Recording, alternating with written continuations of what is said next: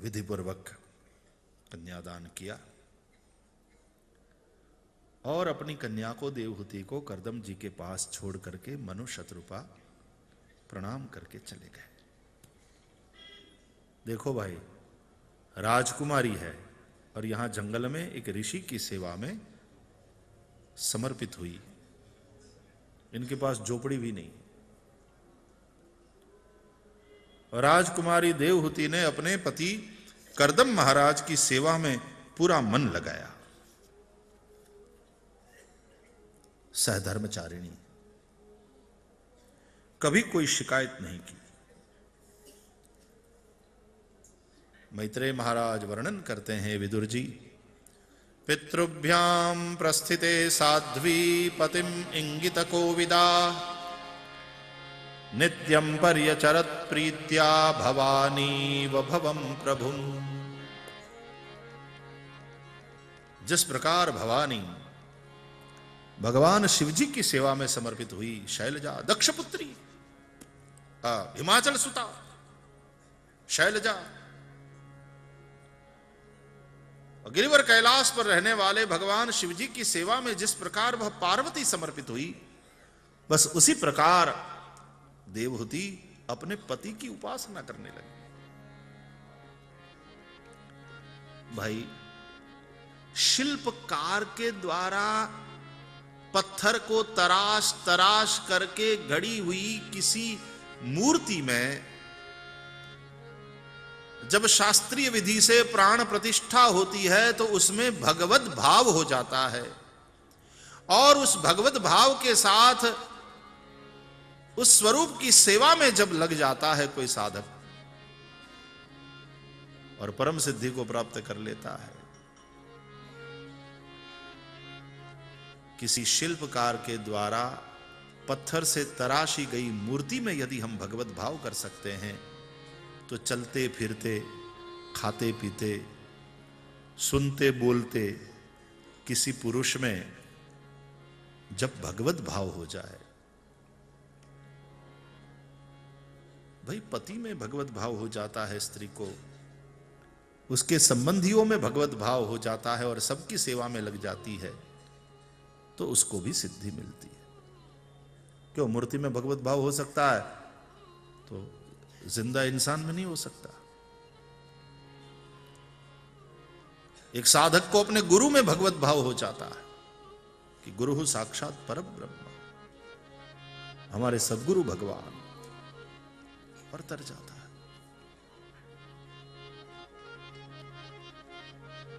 देवहूति और कुछ जानती ही नहीं, इसलिए नारी धर्म पति देव न दूजा।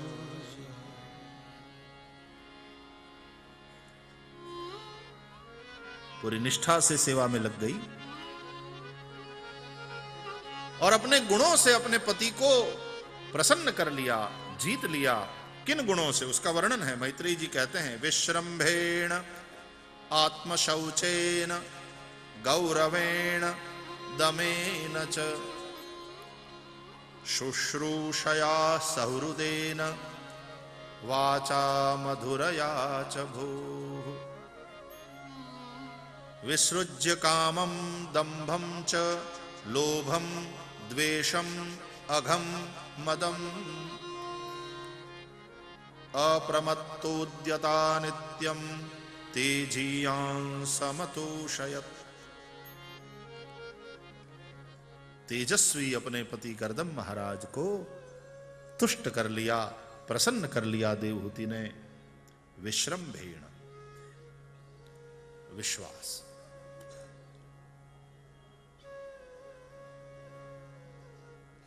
जहां परस्पर विश्वास है, और विश्वास कैसे, एक दूसरे को जानते हैं, समझते हैं,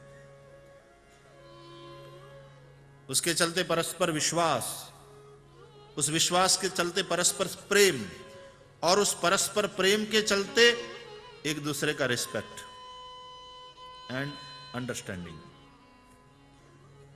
यह बात दांपत्य जीवन में जरूरी होती है। विश्रम्भेण,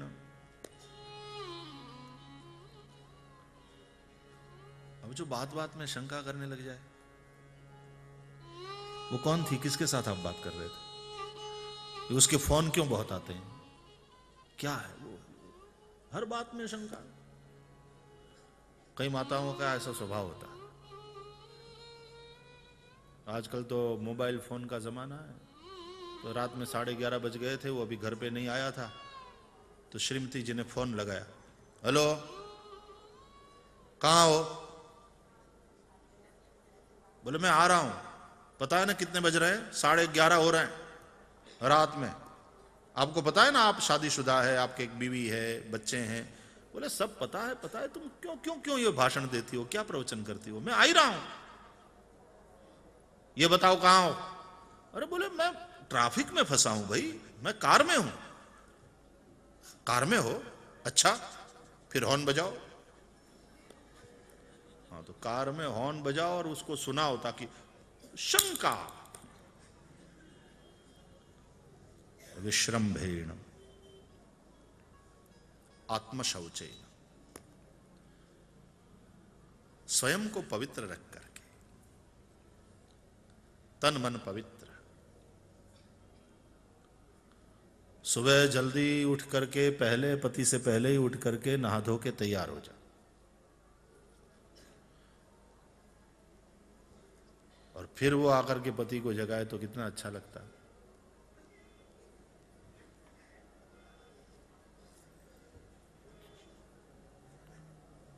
दूधवाड़ो दूध देवा आवे मुंबई में,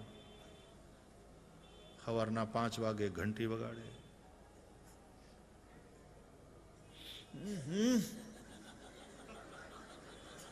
उठिए ना दूध वाला आया एम करीने पोते પડખું ફરીને હુઈ જાય। લ્યો તો દેવતાએ બચાડાએ ઊભા થઈને दूध લેવું પડે, અને પછી એની ઊંઘ ઉડી જાય એટલે ઈવડો ઈ વળી પાછો ચા બનાવે, અને ચા બનાવીને પછી 2 કપમાં ભરી, good morning bed tea, bed tea નહીં, તારા બેડ લક।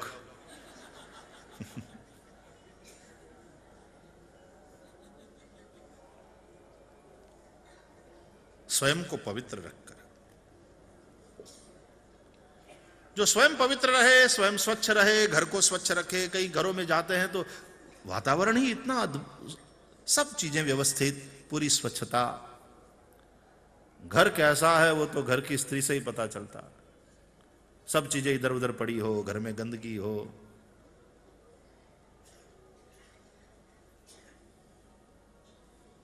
पर्दा हो ने एमांथी अर्धी ओली क्लिपू निकली गई हो, એટલે અડધો લટકતો હોય ને અડધો લબડતો હોય બારીનો પડદો,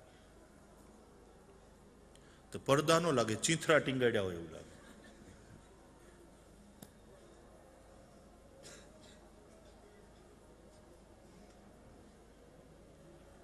છોકરાઓએ સોફા ઉપર બધું ઢોળ્યું હોય, એની ગંદકી, એ સાફે ન કરી હોય।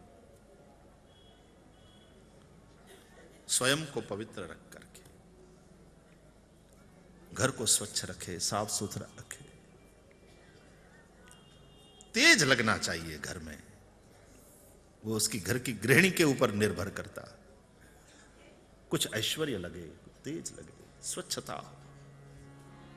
विश्रम्भेण आत्मशौचेन गौरवेण, पति के लिए गौरव का अनुभव। हमारे यहाँ तो शादी के जो गीत गुजरात में तो जो गाए जाते हैं, तो वहीं से उसको समझाया जाता है।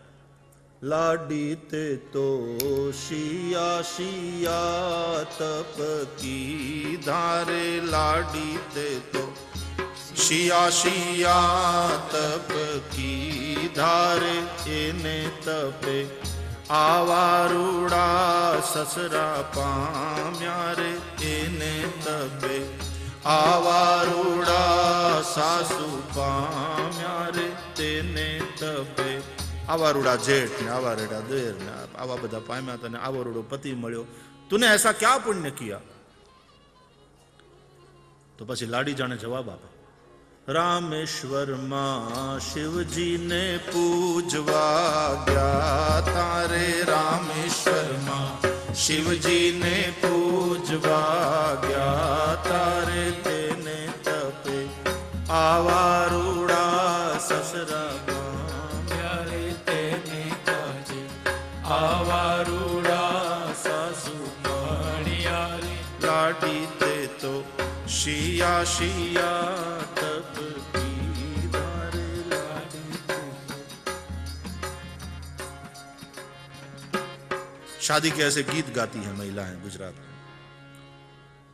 क्या पुण्य किया तूने कि ऐसा परिवार मिला, ऐसे सासू, ऐसे ससुर, ऐसे जेठ, ऐसा परिवार मिला, ऐसा पति मिला। और वो कहती है कि मैंने शिव जी की आराधना की, मैंने परम्बा भगवती की आराधना की और उस पुण्य के फलस्वरूप मुझे ऐसा परिवार मिला। एक गौरव लेने की बात। गांव में एक देहाती महिला बाहर बैठी है, सुपड़ू हूं के हिंदी में भाई हुपड़ा ने सुपड़ा है, तो उसमें अन्न को साफ कर रही है।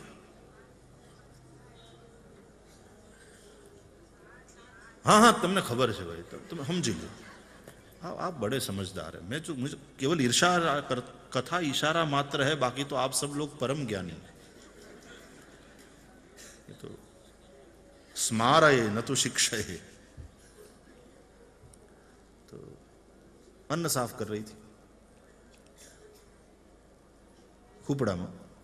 અમારું હુપડું તમારું જે હોય, फटी हुई साड़ी, तेजस्वी महिला थी। एक ज्योतिषी आया, उस बहन को देखकर बोला, बहन मैं ज्योतिषी हूं, तुम्हारा भविष्य बता सकता हूं। तुम जानना चाहती हो अपना भविष्य? अभी तुम्हारे हाथ की रेखा देखकर तुम्हें बता दूं तुम्हारा भविष्य क्या है। मैं ज्योतिषी हूं। तो उस महिला ने कहा, अच्छा महाराज ज्योतिषी हैं आप, स्वागत आपका, लेकिन मेरे हाथ की रेखा नहीं। वो जो सामने खटिया पर बैठे हैं, हुक्का गुड़गुड़ा रहे हैं, उसके हाथ की रेखा देखो और बताओ क्या भविष्य है। ज्योतिषी ने देखा कि एक फटे हाल आदमी, बाल दाढ़ी बढ़े हुए, काथीना खाटला ऊपर बैठो बैठो हुक्को गुगड़ावतो तो, हाड़ पिंजर जेवुं शरीर, અને હુક્કો પીવે એટલે બે ગાલમાં એવડા મોટા ખાડા પડે। उसको देखकर ज्योतिषी ने सोचा कि इसका भविष्य कथन करूंगा तो ये चवन्नी भी नहीं देगा, ये तो दरिद्र आदमी, इससे मैं क्या आशा कर सकता हूं। तो कहा कि बहन वो तो फटे हाल कोई भिखारी कंगाल सा आदमी है, उसका भविष्य क्या बता। तू कहे तो तेरा भविष्य देखूं और बताऊं, तेरे हाथ की रेखा देखकर तुझे बताऊं तेरा भविष्य क्या है। उस महिला ने कहा कि महाराज फटे हाल आदमी हो, जैसा भी हो, कंगाल हो, दरिद्र हो, लेकिन मेरा तो पति है। और जब से लग्न मंडप में अग्नि की और ब्राह्मण की और देवताओं की साक्षी में मेरे पिता ने मेरा हाथ उनके हाथ में सौंपा है, तब से मेरे हाथ की रेखाएं मिट गई है। महाराज मेरे हाथ की रेखा आप क्या देखेंगे, अब तो उसके हाथ की रेखा वही मेरा भविष्य। ये गौरव, पति के लिए गौरव। गौरवेण दमेन च, इंद्रियों का दमन।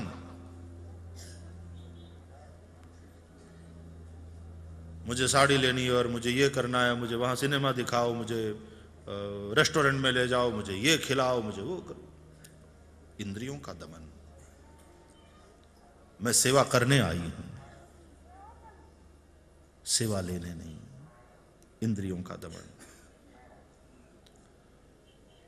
शुश्रूषया, सेवा के द्वारा पति को प्रसन्न किया, सेवा करी। सौहृदय, पति थोड़ा बीमार हो जाए और ये दुखी, न जाने कितनी सेवा, कितनी दवाइयां, कितनी चिंता। देखो आप ऐसे ऐसे बैठे मत रहो भाई, डॉक्टर के पास चलो, आपकी आदत है ये मोटो मारी ने हमने बैठा रहो, डॉक्टर ने देखाड़ो नहीं પછી બધું વધુ જાય। नहीं नहीं, यदि उसको बुखार हो गई है तो उसका वो छोड़ के जाती नहीं कहीं। उसकी पीड़ा इसकी पीड़ा, उसकी चिंता इसकी चिंता बन जाती है जब हृदय एक हो जाता है। शादी के मंडप में जब हस्त मिलाप होता है तो हस्त मिलाप के साथ साथ यदि हृदय मिलाप न हो, हृदय एक न हो, तब तक ये स्थिति नहीं आ सकती। हृदय एक होना चाहिए। पति अपना हृदय पत्नी को देता है, पत्नी अपना हृदय पति को देती है। वाचा मधुरया, मधुर वाणी से अपने पति करदम को प्रसन्न किया। मधुर वाणी,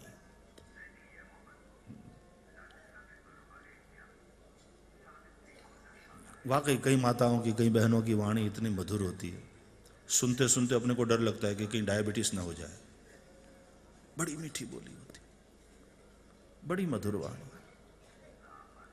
इतनी मधुर वाणी आकर पूछती है कि कैसा सब भोजन सब ठीक बना है ना महाराज जी, आप सब ठीक। इतनी विनम्र और इतनी मधुर वाणी से पूछती है कि अब उसको कैसे बतावे कि माई तो नमक भूल गई है, सब्जी में नमक नहीं है। अब फिर भी खा लेते हैं क्योंकि उसका भाव, उसका प्रेम, उसकी मधुर वाणी।